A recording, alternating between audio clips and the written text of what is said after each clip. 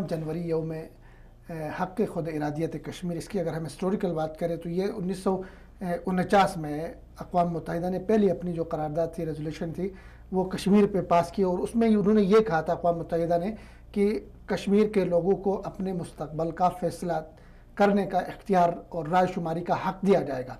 70 साल गुजर गए, कल दोबारा 1 साल और मज़ीद इजाफ़ा हुआ, 5 जनवरी आया और पूरी दुनिया में कश्मीरियों ने यादाश्तें जमा करवाई अक़वाम मुत्तहिदा के दफ्तर में जाके। लेकिन 70 साल गुजर गए, 22 से ज़्यादा रेजोल्यूशन अक़वाम मुत्तहिदा की इस पे आई, लेकिन कश्मीरियों को हक़ खुद इरादियत नहीं मिला। देखिए, यूनाइटेड नेशन का किरदार दिन ब दिन मशकूक से मशकूक तर होता जा रहा है।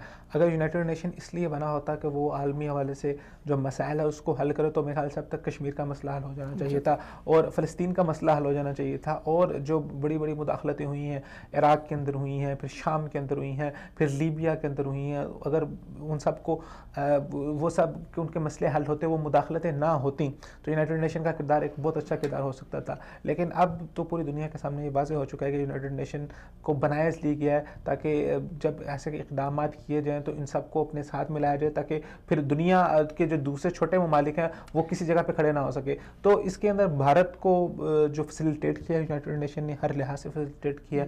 अच्छा, यूनाइटेड नेशन के बाज़ दफ़ा क्या होता है कि कुछ छोटे मोटे इदारों की तरफ से रिपोर्ट्स भी आ जाती हैं, वो बताते भी हैं कि इस कदर मज़ालिम हो रहे हैं। पिछले दिनों जो उनके ह्यूमन राइट्स कमीशन के जो सेक्रेटरी थे वो बताते हैं उनकी आंखों से आंसू आ गए, नहीं उठा रहे बाहर तौर पे।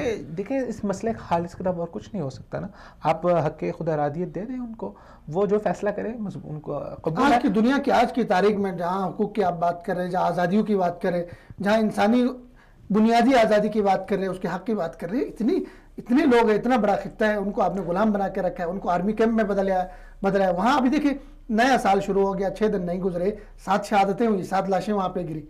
और ये पिछले पूरे महीने में हमने अपने प्रोग्राम के अंदर बाकायदा स्टोरीज़ की हैं। किसी हफ्ते में 10, किसी हफ्ते में 15, किसी हफ्ते में 20, ये पूरा अगर आप पूरा महीना उठा के देखें तो आपको 100 की तादाद के अंदर मिल जाएंगे जितनी शहादतें वहाँ पर। और नौजवान बच्चों को, छोटी छोटी बच्चियों को जो है वो वहाँ के बुलेट फायर्स के साथ वहाँ पर उनको निशाना बनाया गया। तो ये भारत को, जो अपने आप को सेकुलर कहता है, जो अपने आप को दुनिया की सबसे बड़ी जमहूरियत कहता है, और आलमी जो है उनको जमहूरी हक देना चाहिए कश्मीरियों को। इसके अलावा इस मसले का हल कोई नहीं है ना, कि अगर वो चाहते हैं कि हम अपना मुल्क बनाना चाहते हैं कश्मीर को, तो ठीक है, उनके पास हक़ खुद इरादियत है, वो लोग खुद फैसला कर लेंगे कि हमें पाकिस्तान के साथ जाना है, हमें इंडिया के साथ जाना है, या हमें अपना अलग। पाकिस्तान के उसूली मौक़िफ़ है इसके हवाले से कि उनको आप रायशुमारी का हक दे दें, वो हमारे साथ आना चाहते हैं तो मोस्ट वेलकम, ये हमारा हिस्सा है, हमारी शहर है। आपके साथ जाना चाहते हैं तो उनकी मर्जी है। इंडिया न जाने की उस मामले पड़ा हुआ है, खुद भी अपना जो दिफा का एक खतीर रकम बजट की वो उधर 8 लाख फौज वहाँ पे, टोटल 12 लाख, और पाकिस्तान को भी वहाँ पर उसने रिजर्व करके रखा हुआ है, और फिर पूरी दुनिया से लान तान भी खा रहा है। पूरी दुनिया से जो है वो, मैंने कुछ वीडियोस देख रहा था अफ्रीका की, वो बाकायदा तौर पे अफ्रीकी जब लोग, जो अब तो सोशल मीडिया का ज़माना है, बात नहीं छुपती। पहले आप मीडिया को कंट्रोल कर सकते थे ना, आपके मोबाइल से एक वीडियो बनती है, इंटरनेट पर चलती है और पूरी दुनिया के अंदर वायरल हो जाती है, वो अफ्रीका से लेकर यूरोप तक हर बंदा देख रहा होता है, तो वो टेररिस्ट इंडिया कह के वो पुकार रहे थे और बाकायदा उनके हक में मुजाहरे कर रहे थे। तो पूरी दुनिया से और इंडिया के अंदर से अभी आवाजें आ रही हैं, ऐसे हुकूक इंसानी के वहाँ के इंडिया के अंदर हैं लोग जो जिनके बड़ा बन के थोड़ा सा जरा वसी करके सोचना होगा भारत को। पता नहीं भारत क्यों हर चीज़ को अपनी ज़ाती अनाद के ऊपर ले जाता है। अब उनके रा के जो पहले आर्मी चीफ, रा के चीफ थे, उन्होंने बयान दिया कि जी कश्मीर के हवाले से बात करनी पड़ेगी, भारत कश्मीर के हवाले से बहुत नुकसान खा रहा है और मुस्तकबिल में मज़ीद नुकसान खाएगा। और इसी तरह अरुण दत्ता और राय ने उसने ये बात की कि जी भारत जो है अभी कश्मीरी हमसे आज़ादी मांग रहे हैं, बाद में हमें कश्मीरियों से आज़ादी मांगनी पड़ेगी, कि मतलब वो हमारे मुश्किल कर देंगे हमारे लिए कश्मीरी। तो कश्मीरियों को हुकूक देना ज़रूरी है।